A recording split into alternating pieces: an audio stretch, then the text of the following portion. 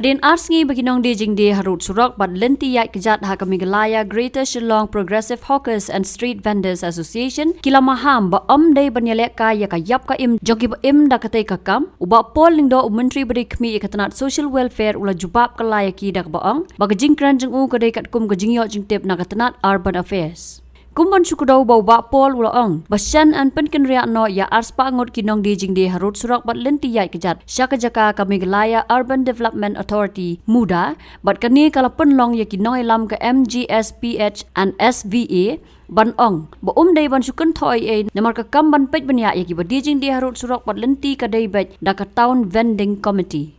Haba jubab sekilat patai kubur halor ketika jing maham haka arpa artara ujilio arjar psa uba polling do uloong bagajing penken ria kan longkat kum ki area bat ki zone bat kat kum ki jing don kam Kajing gran ko junga kalong baik kapasi junga ko spokesperson soal di bat ya pengadilan kalong case atau report malayo affairs the CM in charge of affairs masuk dalam bahar mulai baju di statement di bat malayo ya jinjai kap yang first pun jadi kalau nak kami nak ban asnufnan sebab ada proses kembali ini lah indicate area wise zone wise no connection to but itu kenaru bagi facilities juga berkhamha banyak kali kita menolak kalau kita lega jumlah ya ayat kalian tanjur crime pedestrians dari kalangan grup susu yang dah cakapnya surat kejuri jauh yang jumlah kalau sini ada suki restoran style bagi atau cakapnya kejuran plus debat kedir debat jom relocation plan apa lalu ministry di guidelines memang very stringent booking habis guidelines kena ayat cukup borak nak kata flash jangan baka good sense nak beri baka ini trailer kan nama kadehi dan dah just jom di pada lalu terus baki kita nak kamai di dongnya kejat kita nak nyat lagi nanti sebab kan kecil.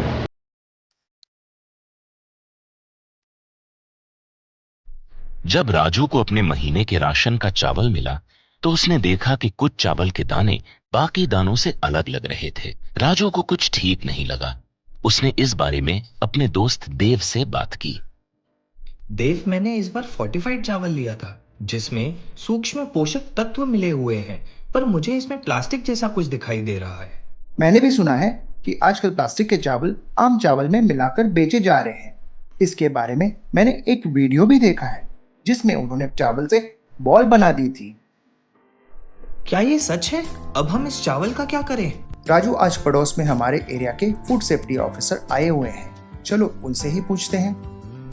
Raju और देव ने अपने एरिया के food safety officer से मिलकर इस बारे में बात की। सर देखिए, इस फोर्टिफाइड चावल में कुछ दाने अलग दिख रहे हैं। घबराइए नहीं, FSSAI के निर्देश के अनुसार चावल में सूक्ष्म पोषक तत्वों को सही मात्रा में मिलाया जा रहा है।